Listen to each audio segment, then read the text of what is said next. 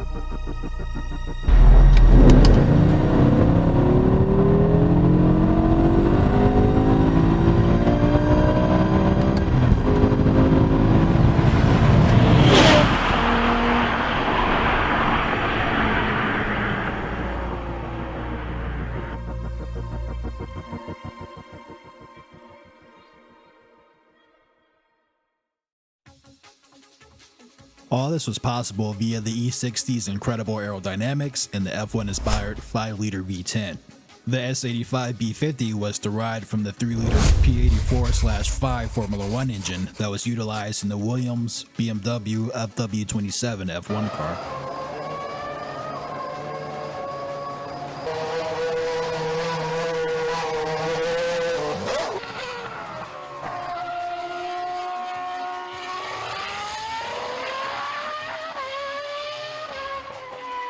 Despite being F1 inspired, the S85 is a completely standalone M engine and was designed for the E60, E63, and E64. The 5-liter aluminum head and black V10 featured dual overhead cams and a dual Vanos variable valve timing system. The compression ratio was 12:1 in the naturally aspirated 4-valve per cylinder V10, having 40 valves total. It utilizes a forged steel crank with a bore of 92mm and a stroke of 75.2. With the addition of 10 individual throttle bodies, the S85 B50 outputs 500 brake horsepower and 384 foot-pounds of torque at 7,750 RPM with the red line at 8,250. That's 100 horsepower per liter.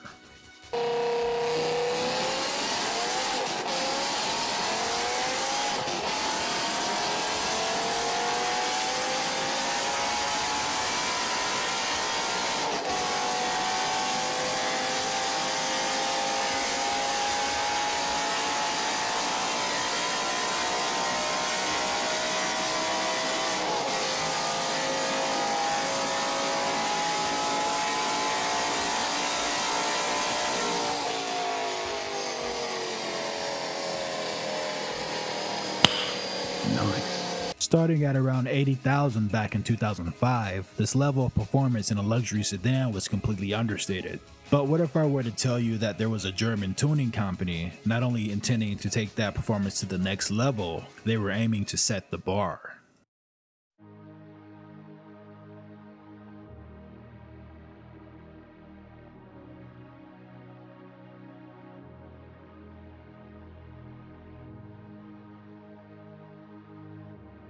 GPower First Class Performance. GPower is an automotive tuner founded in 1983, specializing in BMW platforms. It is implied that their production took off in the late 1980s and continued throughout the 90s. The late 90s featured the production of their first compressor or supercharger system.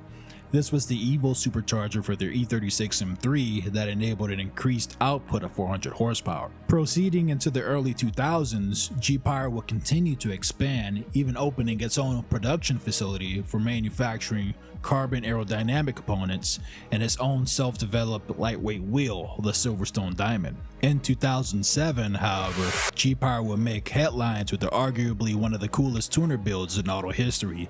This was the G3 CSL V10 Coupe, an S85 powered V10 E46 M3.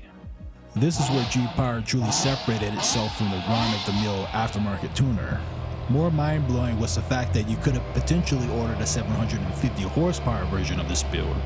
During the time of the CSL V10's premiere in 2007, GPower had already been developing a twin compressor kit for the V10 engine, which would be available as an option for the G3 CSL.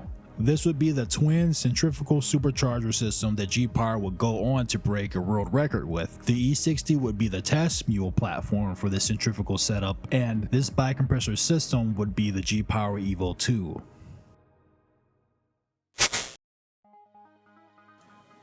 Developed in cooperation with ASA, the system uses one belt-driven ASA T1316 compressor for each cylinder bank.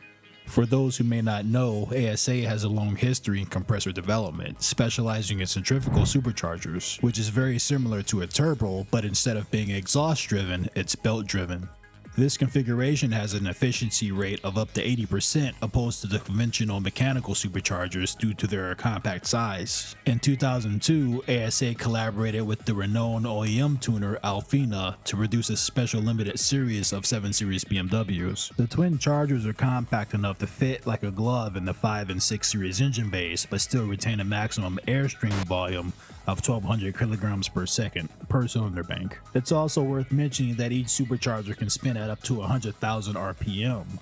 Boost is limited to 0.5 bar or 7 psi. The charged air is cooled by a highly efficient dual-flow water-to-air intercooler system mounted above the engine. GPower then just slapped their supercharger system on the E60 M5 and call it a day though. They would completely revamp the E60 platform inside and out, evolving it into what they would call the Hurricane RR.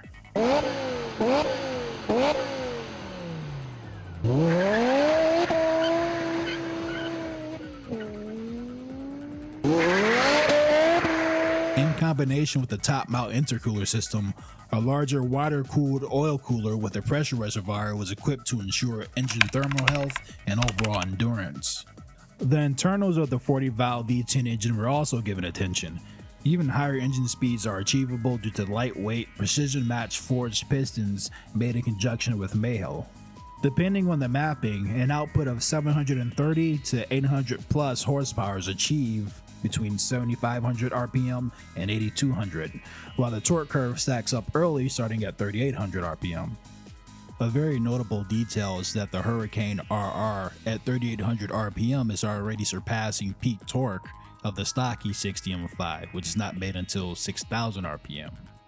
A special map was used for the SMG gearbox to complement the increased power output, along with GPower's specially cooled anti-slip differential. With this enormous performance increase, GPower couldn't leave the aerodynamics, brakes, and tires ignored. They followed up with their renowned attention to detail. The GPower front apron is designed and manufactured in-house from carbon fiber. It utilizes larger front air ducts over stock to help cool all the radiators and front brakes.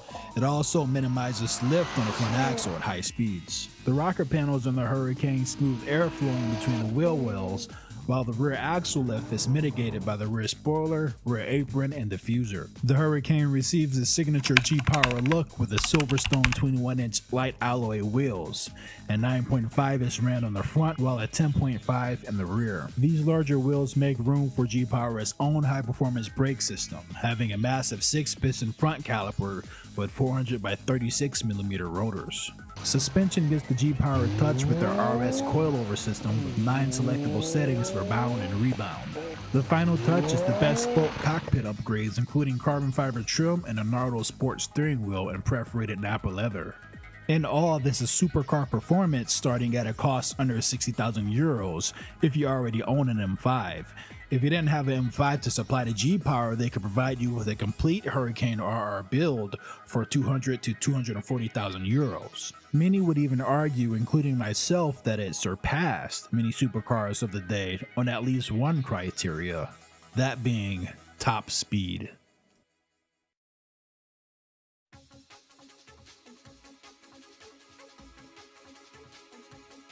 Firstly, the Hurricane RR will reach 60 miles per hour from a stop in just 4.3 seconds. Keep in mind this was a rear-wheel drive 2-ton car equipped with 295 rear street tires. However, it was still on par with the latest Ferrari at the time, the F430, which had a 0 to 60 of about 4 seconds or just under. When it's already up and going is where the Hurricane RR truly shines. It will make 200 kilometers per hour or 124 miles per hour in only 10 seconds. 300 kilometers per hour or 186 miles per hour is achieved in less than 30 seconds. 29.5 to be exact. This was the epitome of an Autobahn machine. But GPower would take it even further, giving it the rights to the throne as the Autobahn king. GPower would set the record for the fastest saloon at an incredible 231 miles per hour. This top speed would put many supercars of the time to shame, all with plush leather seats, 4 doors, and a massive boot. It was reported that this particular Hurricane produced 789 horsepower. However, GPower claims that using the alternate engine map, the output could be changed to as high as 890 brake horsepower. So theoretically, the Hurricane could break its own record repeatedly with ease. Editor's notes. First off, in full transparency, I was not able to find actual video footage of GPower's 231 or 232 mile per hour record. To be fair, the former Sedan top speed record holder doesn't appear to have a record archived on film anywhere either. But again, this was the early to late 2000s. What I did find is a record attempt posted by the legendary Gustav from GTBoARD. If you're not familiar with GTBoARD, this is one of the only early 2000s YouTube channels where you could watch some of the rarest supercars in the world race head to head on a closed airstrip.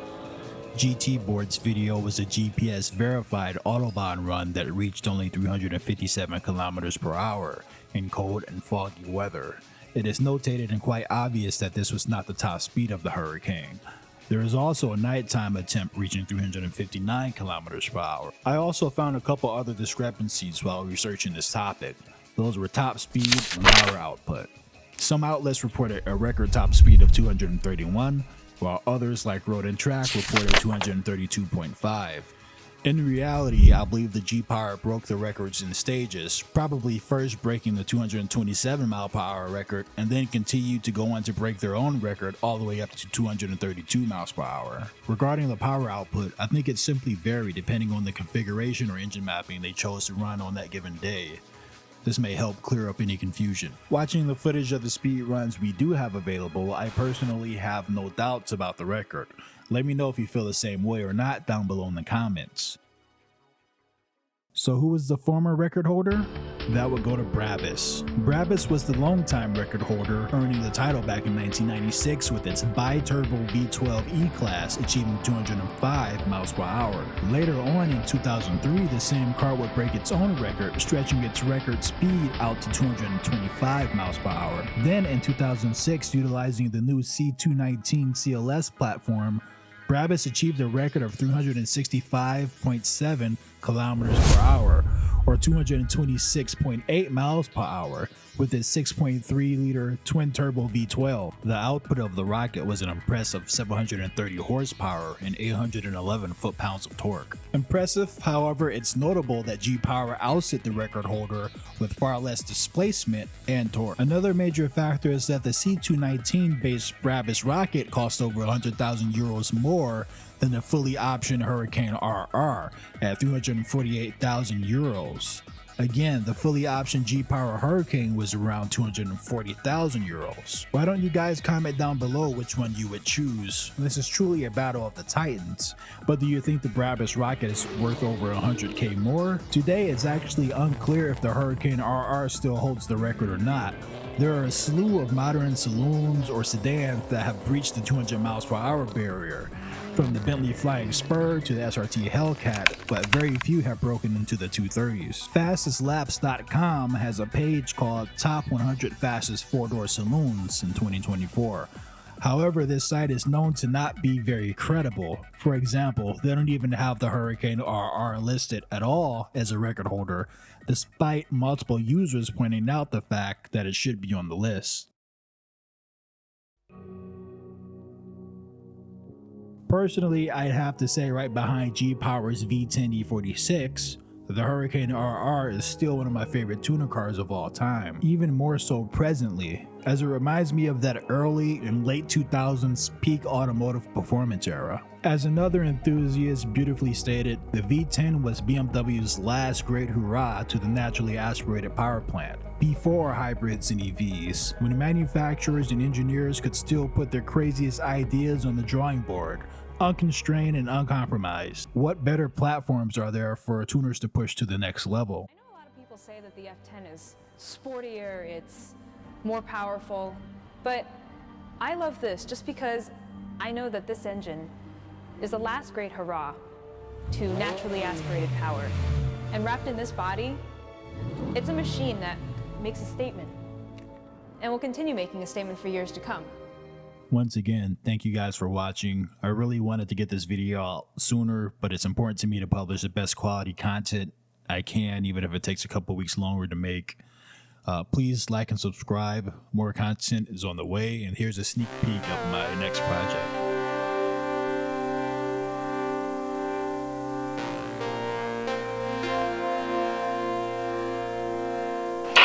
Control, this is Callaway. We're ready to enter the high-speed track. You're clear. Thanks. We're just going to take a slow warm-up lap first.